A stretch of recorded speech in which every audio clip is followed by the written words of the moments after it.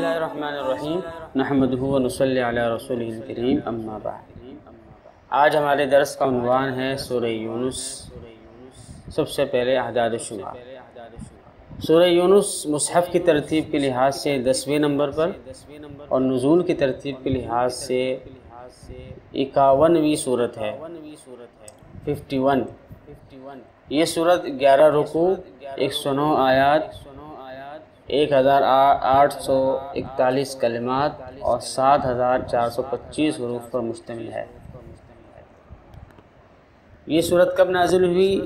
اس کا جواب یہ ہے کہ یہ مکہ مکرمہ کے آخری دور میں تقریباً سن 11 نبوت میں نازل ہوئی۔ بعض مفسرین نے اس کی 3 آیتوں، آیت نمبر 40 اور 94 اور 95، ان 3 آیتوں کے بارے میں یہ خیال ظاہر کیا ہے کہ یہ مدینہ منورہ میں نازل ہوئی تھی، لیکن اس کا کوئی یقینی ثبوت موجود نہیں ہے۔ اس لیے یہی کہا جائے گا کہ یہ سورہ یونس مکمل مکی صورت ہے، مکمل صورت مکہ مکرمہ میں نازل ہوئی۔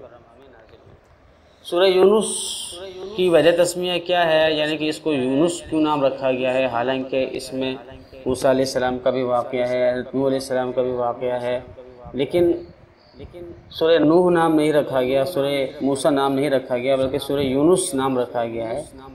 تو اس کی وجہ یہ سمجھ میں آتی ہے کہ حضرت یونس علیہ السلام کی ایک خصوصیت ہے، ان کے قوم کی خصوصیت ہے جو بقیہ قوموں میں نہیں پائی جاتی۔ وہ خصوصیت یہ ہے کہ دیکھیں، جب اللہ تعالیٰ کا قانون یہ ہے کہ جب عذاب آتا ہے تو ٹلتا نہیں ہے، جب عذاب آ جاتا ہے تو پھر ٹلتا نہیں ہے، اور اس وقت توبہ قبول نہیں ہوتی اور ایمان کا اعتبار نہیں ہوتا۔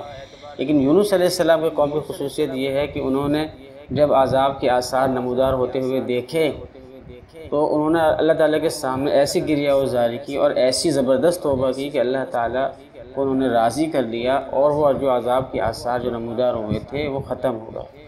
تو ان کی اس خاص خصوصیت کی وجہ سے اس سورت کا نام سورہ یونس رکھا گیا ہے۔ سورہ یونس کی فضائل کیا ہیں؟ دیکھیے، یہ سورت مئین میں سے ہے، یعنی وہ سورت جن کی آیات کی تعداد 100 یا اس سے زائد ہے، ان صورتوں میں اس کا شمار ہوتا ہے۔ اور مئین کی فضیلت یہ وارد ہوئی ہے کہ یہ زبور کے بدلے میں اس امت کو عطا ہوئی ہے۔ یہ مسند احمد کی روایت ہے۔ اور اسی طریقے سے ایک فضیلت یہ بھی ہے، ابن مردوی کی روایت ہے کہ وہ صورتیں جن کی شروع میں الف لام را یا الف لام میم را ہے، ان کی فضیلت یہ ہے کہ یہ انجیل کے بدلے میں اس امت کو عطا ہوئی ہیں۔ اس صورت کا مرکزی موضوع یہ ہے کہ یہ دعوت اللہ اور مخالفین کو سمجھانے اور ان کو تنبیہ کرنے کے لیے یہ صورت نازل ہوئی ہے، اور اس کے بنیادی موضوعات یہی 3 ہیں: دعوت اللہ، مخالفین کو سمجھانا، ان کی فہمائش کرنا اور ان کو تنبیہ کرنا۔ اس صورت کے مضامین کا خلاصہ یہ ہے کہ مکہ مکرمہ میں سب سے اہم مسئلہ اسلام کے بنیادی عقائد کو ثابت کرنا تھا، اس لیے اس صورت میں جو اسلام کے بنیادی عقائد ہیں، توحید، رسالت، آخرت، ان پر زور دیا گیا ہے، اور دلائل کا انداز وہی ہے جو سورہ انعام میں تھا، یعنی کہ دلیل ربوبیت، علم و قدرت کے دلائل، دلیل فطرت، انسانی تاریخ کے دلائل، یہ سارے دلائل یہاں بھی موجود ہیں۔ اور قرآن کی حقانیت کے دلائل بھی دیے گئے ہیں کہ اگر یہ انسان کی لکھی ہوئی کتاب ہے، قرآن اگر انسان کی لکھی ہوئی کتاب ہے تو تم بھی انسان ہو، تم سب انسان اور جنات مل کر اس جیسی کتاب بنا کر لے آؤ، لیکن تم بنا کر نہیں لا سکتے۔ معلوم یہ ہوا کہ قرآن اللہ کی کتاب ہے، انسانی کتاب نہیں ہے۔ اس کے علاوہ قرآن کے صفات بھی بیان کی گئی ہے کہ قرآن نصیحت و موعظت ہے اور دلوں کی بیماریوں کے لیے شفا ہے۔ اس قرآن پر تو اعتراض کرنے کے بجائے خوشیاں منانی چاہیے کہ اللہ تعالیٰ نے کیسی عظیم کتاب انسانیت کی ہدایت کے لیے نازل فرمائی۔ اس کے ساتھ ساتھ اسلام پر اور قرآن کریم پر مشرکین عرب کے جو اعتراضات ہیں ان کے بھی جواب دیے گئے ہیں، اور ان کی غلط طرز عمل کی مذمت کی گئی ہے اور تنبیہ کی گئی ہے کہ اگر انہوں نے اپنی ضد جاری رکھی تو دنیا اور آخرت دونوں میں ان پر اللہ تعالیٰ کی طرف سے عذاب آ سکتا ہے۔ اور اسی سلسلے میں گزشتہ انبیاء کرام میں حضرت موسیٰ علیہ السلام کی مخالفت کے نتیجے میں فرعون کے غرق ہونے کا واقعہ تفصیل کے ساتھ، اور حضرت نوح علیہ السلام اور حضرت یونس علیہ السلام کے واقعات اختصار کے ساتھ بیان فرمائے گئے ہیں۔ یعنی کل 3 واقعات بیان ہوئے ہیں، اور ان واقعات میں کافروں کے لیے تو یہ سبق ہے کہ انہوں نے پیغمبر کی مخالفت میں جو رویہ اختیار کیا ہوا ہے، ان کے نتیجے میں ان کا انجام بھی ایسا ہی ہو سکتا ہے، لہذا ان کو باز آنا چاہیے۔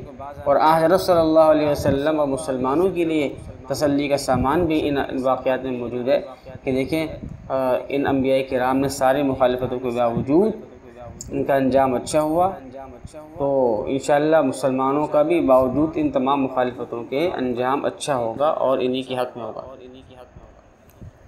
اس صورت میں اولیاء اللہ کی صفات بھی بیان کی گئی ہیں کہ یہ اولیاء اللہ کامل ایمان والے اور کامل تقوی والے شخصیات ہوتے ہیں، اور دنیا میں بھی مختلف ذریعوں سے، خوابوں کے ذریعے سے ان کو بشارتیں مل جاتی ہیں، لوگ ان کے بارے میں خواب دیکھتے ہیں یا یہ خود اپنے بارے میں خواب دیکھ لیتے ہیں، اور آخرت میں بھی یعنی موت کے وقت اور قبر میں اور محشر میں، ان تینوں مواقع پر بھی اللہ تعالیٰ ان کو بشارتیں عطا فرماتے ہیں اور ان کو فرماتے ہیں کہ بھئی تمہارے اوپر کوئی خوف نہیں ہے، کوئی غم نہیں ہے۔ آیت نمبر 62-64 میں یہ صفات اولیاء اللہ کی بیان کی گئی ہیں۔ جیسے ابھی اوپر ہم نے بیان کیا کہ مشرکین مکہ کے جو اعتراضات ہیں ان کے جواب بھی اس میں دیے گئے ہیں، تو وہ کس طرح کے اعتراضات تھے ان پر ہم ایک جائزہ لیتے ہیں اس کا۔ مشرکین مکہ کا ایک اعتراض یہ تھا کہ ایک انسان کیسے نبی ہو سکتا ہے؟ وہ انسان کے نبی بنائے جانے پر بہت زیادہ حیران ہوتے تھے، اور نبیوں کو اور آپ صلی اللہ علیہ وسلم کو جادوگر یا کاہن کہا کرتے تھے، جیسے کہ آیت نمبر 2 میں ان کا یہ اعتراض منقول ہے۔ اس کا جواب یہ دیا گیا ہے کہ دیکھیں جس رب نے اس کائنات کو پیدا کیا، اس کے نظام، اس کے قوانین وضع کیے، کیا وہ انسان کی روحانی تربیت کے نظام کو خالی چھوڑ دیتا؟ ہرگز نہیں۔ انسانوں کی روحانی تربیت اصل میں انسانوں ہی کے ذریعے ممکن ہے، کیونکہ انسان ہی سے سیکھتا ہے، اور وہ دیکھ کے جو اس کے سامنے موجود اس کا جو استاد ہے، اس کا مربی ہے، اس کو دیکھ کر پوچھ کے سیکھتا ہے، کرتا ہے۔ تو اس لیے انسانوں کے اندر ہی سے نبی کا وجود اور نبی کی بعثت ضروری ہے، تاکہ انسان اپنا ایک آئیڈیل کو سامنے رکھتے ہوئے اللہ تعالیٰ کے حکموں پر چلے۔ اور دوسری بات یہ کہ انبیاء کرام جو دنیا میں آتے ہیں تو وہ کیا دعوت لے کر آتے ہیں؟ ان کی دعوت یہی ہوتی ہے کہ توحید اور قیامت کو مانو، توحید کو مانو کہ جس ذات نے اس کائنات کو پیدا کیا ہے اور جو خالق مالک رازق ہے، جو علم و قدرت والا ہے، عبادت اور بندگی بھی اسی کی کرو، کسی اور کے سامنے سجدہ نہ کرو، کسی اور سے مدد نہ مانگو۔ اور دوسرا ان کا دعویٰ یہ ہوتا ہے کہ جو خدا اس کائنات کا خالق ہے اور اس کا انتظام چلا رہا ہے، تو وہ خدا آخر میں اس دنیا کو ختم کر دے گا اور محشر قائم ہوگا اور قیامت قائم ہوگی، اور تمہیں اپنے کیے ہوا کا اچھا یا برا کیا ہوگا اس کی جزا و سزا ملے گی۔ تو اب یہ دونوں باتیں، توحید اور قیامت، یہ دونوں باتیں حقیقت ہیں۔ تو جو انسان، جو شخصیت حقیقت والی بات کرے اور حقیقی حقائق والی بات کرے، تو وہ جادو کیسے ہو سکتا ہے؟ وہ سحر کیسے ہو سکتا ہے؟ وہ تو حقیقت ہے۔ اب وہ تو تمہارے اوپر ہے کہ تم نہیں مانتے ہو۔ اسی طریقے سے ان کا ایک اعتراض یہ تھا کہ اگر ہم غلط ہیں، کفار یہ کہا کرتے تھے کہ اگر ہم غلط ہیں تو ہم پر عذاب کیوں نہیں آ جاتا؟ آیت نمبر 11 میں اس اعتراض کی وضاحت کی گئی ہے۔ اس کا جواب یہ دیا گیا ہے کہ دیکھیں اللہ تعالیٰ پہلے مہلت دیتے ہیں تاکہ بندہ سنبھل جائے، سدھر جائے اور غور و فکر کر کے مسلمان ہو جائے۔ اگر اللہ تعالیٰ فوراً عذاب دے دے تو اس میں تو بندوں ہی کا نقصان ہے۔ تو اللہ تعالیٰ تو بندوں کو نقصان سے بچانا چاہتے ہیں، بندوں سے محبت کرتے ہیں اور چاہتے ہیں کہ بندہ میرا بن جائے اور میری طرف آ جائے۔ اور دوسرا جواب یہ دیا گیا ہے کہ اللہ تعالیٰ کے ہاں ہر چیز کا ایک وقت مقرر ہے۔ تمہارے جلدی عذاب مانگنے سے عذاب تھوڑی آئے گا، بلکہ عذاب کا جو وقت اللہ کے علم میں ہے اس کے مطابق عذاب آئے گا۔ تم سے پہلے بھی بہت سے قوموں نے ایسے اعتراضات کیے تھے اور انہوں نے عذاب مانگے تھے، لیکن جب عذاب آ گیا تھا تو کوئی ان کو بچانے والا نہیں تھا۔ لہذا عذاب کی رٹ نہ لگاؤ اور جو کرنے کے کام ہیں وہ کرو۔ تیسرا اعتراض ان کا یہ تھا کہ یہ جو قرآن ہے اس میں بتوں کے خلاف باتیں ہیں، شرک کے خلاف باتیں ہیں، مشرکانہ رسوم و رواج کے خلاف باتیں ہیں، اس سے ہمارے قوم میں انتشار پھیلتا ہے تو لہذا ان آیات کو جو شرک کے خلاف ہیں، بتوں کے خلاف ہیں، ان کو حذف کر دینا چاہیے یا ان کو بدل دینا چاہیے۔ آیت نمبر 15 میں اس اعتراض کی اور اس بات کی وضاحت موجود ہے۔ اس کا جواب یہ دیا گیا کہ دیکھو بھئی، یہ قرآن یہ میری لکھی ہوئی کتاب نہیں ہے، اور اسلام میرا خود ساختہ مذہب نہیں ہے کہ میں لوگوں کی خواہشات، ان کی پسند ناپسند کے مطابق اس میں تبدیلی کرتا پھروں۔ قرآن تو اللہ کا کلام ہے، اسلام اللہ کا نظام ہے۔ اس میں اگر تحریف کروں گا یا اس میں تبدیلی میں نے کی تو در حقیقت یہ منصب نبوت کے ساتھ خیانت ہوگی، اللہ کے ساتھ خیانت ہوگی۔ اور دوسری بڑی بات یہ ہے کہ میرا ماضی بالکل صاف شفاف ہے۔ میرا ماضی تمہارے سامنے ہے کہ میں 40 سال تک، 40.5 سال تک تمہارے اندر رہا، کبھی بھی میں نے کبھی جھوٹ نہیں بولا، کبھی خیانت نہیں کی۔ تو اب اس عمر میں آ کر میں کس طریقے سے جھوٹ بول سکتا ہوں، وہ بھی اللہ پر؟ کس طریقے سے خیانت کر سکتا ہوں، وہ بھی اللہ کے ساتھ؟ لہذا یہ بات ذہن سے نکال دو کہ قرآن کریم یا اسلام کو تبدیلی ہو سکتی ہے۔ یہ ان کے اعتراضات کا سرسری جائزہ تھا۔ کچھ احکام بھی ہیں، مثلاً عقائد کے لحاظ سے یہ عقیدہ بتایا گیا ہے کہ بتوں یا کسی بزرگ کی پوجا پاٹ اس نیت سے کرنا کہ یہ ہماری سفارش کریں گے اللہ کی بارگاہ میں، یہ بھی شرک ہے۔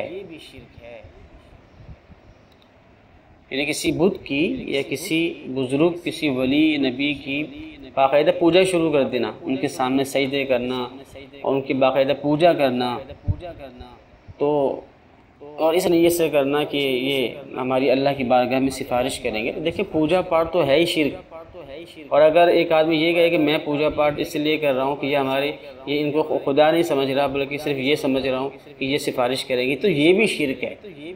پوجا کرنا بھی شرک ہے، خدا ماننا ان کو اللہ کے علاوہ وہ بھی شرک ہے، اور خدا نہ مانے لیکن صرف ان کو سفارش ہی مانے لیکن ساتھ میں پوجا بھی کرے تو یہ بھی شرک ہے۔ ایک اور بات ہوتی ہے کہ صرف یہ سمجھنا کہ ہم نبی پاک صلی اللہ علیہ وسلم کی روضہ اقدس پہ جاتے ہیں اور وہاں جا کے یہ دعا کرتے ہیں کہ یا رسول اللہ میری سفارش کیجئے گا یا میرے لیے اللہ تعالیٰ سے دعائے مغفرت کر دیجئے، یہ ایک الگ مسئلہ ہے۔ اس میں آپ صلی اللہ علیہ وسلم کی کوئی پوجا کوئی نہیں کر رہا ہوتا اور نہ سجدے کر رہا ہوتا ہے، بلکہ صرف ایک عرض کر رہا ہوتا ہے، کیونکہ انبیاء کرام اپنے قبور میں زندہ ہیں، تو ان سے یہ عرض کرنا کہ ہمارے لیے دعائے مغفرت فرما دیجئے یا ہمارے سفارش فرما دیجئے، وہ ایک الگ مسئلہ ہے، وہ جائز ہے۔ یہاں جو بات ہو رہی ہے جو ناجائز ہے وہ یہ ہے کہ ان کو سفارشی سمجھنا، اور ساتھ لیکن اس طرز عمل کے ساتھ کہ ان کی پوجا بھی کی جا رہی ہے، ان کو سجدے بھی کیے جا رہے ہیں، ان کو جو ہے مشکل کشا سمجھا جا رہا، اس عقیدے کے ساتھ ان کو سفارشی ماننا یہ شرک ہے۔ آیت نمبر 18 میں فرمایا گیا ہے، آیت نمبر 3 میں فرمایا گیا ہے کہ شفاعت کا عقیدہ برحق عقیدہ ہے، لیکن اللہ تعالیٰ کی اجازت کے بغیر آخرت میں کوئی کسی کے لیے شفاعت نہیں کر سکے گا۔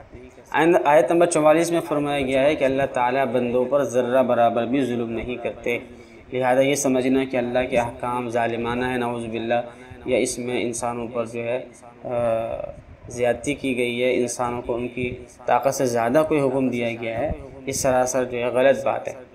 آیت نمبر 91 اور 98 میں فرمایا گیا ہے کہ جب عذاب سر پر آ جائے یا نزع کی کیفیت، یعنی انسان کی جو سکرات کی کیفیت ہوتی ہے، روح نکلنے کی کیفیت، وہ شروع ہو جائے تو اس حالت میں ایمان یا توبہ معتبر نہیں ہے۔ لیکن اگر عذاب کی صرف علامات نمودار ہوں یا مرض الوفات کی کیفیت ہو تو اس میں ایمان اور توبہ قبول ہے۔ آیت نمبر 49 میں فرمایا گیا ہے کہ انبیاء کرام اور اولیاء عظام کو مختار کل یا مشکل کشا حالت روا سمجھنا جائز نہیں۔ آیت نمبر 81 میں فرمایا گیا ہے کہ انبیاء کرام کے معجزات کا سحر اور جادو سے بالکل بھی کوئی دور کا بھی واسطہ نہیں۔ آیت نمبر 36 میں فرمایا گیا ہے کہ عقائد کے معاملے میں، عقائد و نظریات کے معاملے میں انسان کو حساس ہونا چاہیے، اور وہاں پہ عقائد و نظریات کے معاملے میں وحی کے پختہ دلائل ضروری ہیں۔ قیاس والے دلائل یا تخمینے یا گمان، اس کا عقائد کے باب میں کوئی سرے سے اعتبار نہیں۔ فلکیات کے حوالے سے بھی کچھ مسائل اس میں آئے ہیں۔ آیت نمبر 5 میں فرمایا گیا ہے کہ سورج اور چاند دونوں ہی کے اپنے اپنے حساب ہیں اور دونوں ہی کے فائدے ہیں۔ ایسا نہیں ہے کہ صرف چاند کے حساب کے فائدے ہوں، سورج کے حساب کے، اس کے کیلنڈر کے کا کوئی فائدہ نہ ہو، ایسی بات نہیں ہے۔ قرآن نے دونوں کی تعریف کی ہے، سورج کی بھی اور چاند کی، دونوں کے حساب کی تعریف فرمائی ہے۔ آیت نمبر 5 میں یہ بات بھی فرمائی گئی ہے کہ سورج اور تمام ستاروں کی روشنی ان کی ذاتی ہوتی ہے، جبکہ چاند اور جتنے سیارے ہیں ان کی روشنی ان ستاروں سے لی ہوئی اور ان سے مستفاد ہوتی ہے۔ اسی وجہ سے چاند کو نور کہا اور سورج کو ضیاء کہا، والذی جعل الشمس ضیاء والقمر نورا۔ تیسری جو بات معلوم ہوتی ہے کہ تخلیق کائنات اور کائنات کے اسرار و رموز کے بارے میں جستجو اور تحقیق کرنا نہ صرف درست بلکہ قابل تحسین بات ہے۔ قرآن نے کئی جگہ پر اس کی تاکید کی ہے کہ قدرت کے نظاروں میں غور کرو اور تدبرو اور فاعتبرو، تفکرو، اور اس قسم کی آیات جو قرآن کریم میں مختلف جگہوں پہ وارد ہوئے، اس میں تدبر کرنے کا، تفکر کرنے کا، سوچ و بچار کرنے کا حکم دیا گیا ہے کہ قدرت کے نظاروں میں غور و فکر کرو۔ نماز کے حوالے سے یہ بات بتائی گئی کہ گھروں میں نماز پڑھنا جائز ہے، خصوصاً جب کہ ضرورت بھی ہو تو بدرجہ اولا گھروں میں نماز پڑھنا جائز ہوگا۔ آیت نمبر 87 میں یہ مسئلہ موجود ہے۔ آیت نمبر 89 میں فرمایا گیا ہے کہ اجتماعی دعا، یعنی کہ یہ اجتماعی دعا کا مطلب یہ ہوتا ہے کہ ایک آدمی دعا کروائے اور دوسرے آمین آمین کہیں، یہ صورت جائز ہے۔ کلام کی ابتدا سلام سے کرنی چاہیے، یہ مسئلہ بھی آیت نمبر 10 میں آیا ہے۔ سائنسی حقائق بھی اس صورت میں موجود ہیں، مثلا کائنات 6 دنوں میں بنی، یہ قرآن کریم نے متعدد جگہ پر یہ بات فرمائی ہے کہ کائنات 6 دنوں میں بنی۔ جدید سائنس یہ کہتی ہے کہ دنیا 6 مراحل سے گزر کے بنی ہے، تو اب 6 دن اور 6 مراحل دونوں میں ہو سکتا ہے کہ دونوں کا مطلب ایک ہو سکتا ہے دونوں میں فرق ہو، اور سائنس آخر کار یہ تسلیم کر لے کہ 6 مراحل سے مراد 6 دن ہیں۔ البتہ یہ بات یقینی ہے کہ 6 دن دنیا کے دن نہیں ہیں بلکہ عالم آخرت کے دن ہیں، جیسے کہ امام احمد بن حنبل سے یہ بات منقول ہے، اور الف لام میم کے بارے میں ہم یہ بات بتا چکے ہیں۔ آیت نمبر 5 میں فرمایا گیا ہے، اور یہ بات پہلے بھی ہم نے بیان کی ہے، کہ سورج اور تمام ستاروں کی روشنی ذاتی ہے، جبکہ چاند اور سیاروں کی روشنی اخذ شدہ ہوتی ہے، وہ دوسرے ستاروں سے مستفاد ہوتی ہے۔ سائنس بھی اس بات کو تسلیم کرتی ہے۔ آیت نمبر 61 میں فرمایا گیا ہے کہ سمندری طوفان کس طریقے سے آتا ہے کہ ہر طرف سے موجیں ہوتی ہیں۔ تو یہ جو سمندری طوفان کی منظر کشی ہے، یہ قرآن کریم کا معجزہ ہے اور آپ صلی اللہ علیہ وسلم کا معجزہ ہے۔ دنیا تسلیم کرتی ہے کہ آپ صلی اللہ علیہ وسلم نے کبھی سمندر کا سفر نہیں کیا، لیکن اس کے باوجود سمندر کے بارے میں احوال بیان کرنا اور بالکل صحیح طریقے سے بیان کرنا، یہ اس بات کی دلیل ہے کہ یہ قرآن اللہ کی کتاب ہے اور آپ صلی اللہ علیہ وسلم سچے نبی ہیں۔ اسی طریقے سے آیت نمبر 61 میں ایک اہم بات فرمائی گئی ہے کہ ایٹم کے اندر بھی اجزاء پائے جاتے ہیں۔ یہ پرانے فلسفے کا ایک مشہور مسئلہ ہے کہ ایٹم کے ذرات نہیں ہو سکتے، لیکن جدید سائنس اس بات کو تسلیم کرتی ہے اور کہتی ہے کہ ایٹم کے ذرات ہوتے ہیں، الیکٹران، نیوٹرون، پروٹون، یہ سب ایٹم کے ذرات ہوتے ہیں۔ تو قرآن نے اس بات کو پہلے سے 1400 سال پہلے سے فرما دیا تھا، آیت نمبر 61 میں سورہ یونس کی، کہ وَلَا أَصْغَرُ مِنْ ذَلِكَ وَلَا أَكْبَرُ، کہ ذرہ جو ہے اس سے چھوٹا بھی ہو سکتا ہے، اس سے بڑا بھی جز پایا جاتا ہے۔ اور آیت نمبر 92 میں فرعون کی لاش کے حوالے سے ایک پیشن گوئی فرمائی گئی ہے کہ قرآن نے یہ کہا ہے کہ فرعون کی لاش کو ہم نے دنیا والوں کے لیے نشان عبرت بنانا ہے، اور بنی اسرائیل سے ہم نے یہ کہا تھا کہ ہم اس کی لاش کو بعد والوں کے لیے نشان عبرت بنائیں گے، اور ایسا ہی ہوا کہ فرعون کی قاہرہ کی میوزیم میں، وہاں کے عجائب گھر میں آج بھی فرعون کی لاش موجود ہے، جس کا نام مرن فتح بتایا جاتا ہے۔ اس کی لاش نشان عبرت کے طور پر محفوظ ہے۔ اللہ تبارک و تعالیٰ سے دعا ہے کہ اللہ تعالیٰ ان تمام باتوں کو سمجھنے کی توفیق عطا فرمائے، اس میں جو کمی بیشی رہ گئی ہو اور سلف صالحین کے روایات کے خلاف کوئی بات ہو گئی ہو تو اللہ تعالیٰ ہمیں معاف فرمائے اور ہمیں بزرگان دین کے نقش قدم پر چلنے کی توفیق عطا فرمائے، اپنی رضا کا راستہ آسان فرمائے۔ وآخر دعوانا ان الحمد للہ رب العالمین۔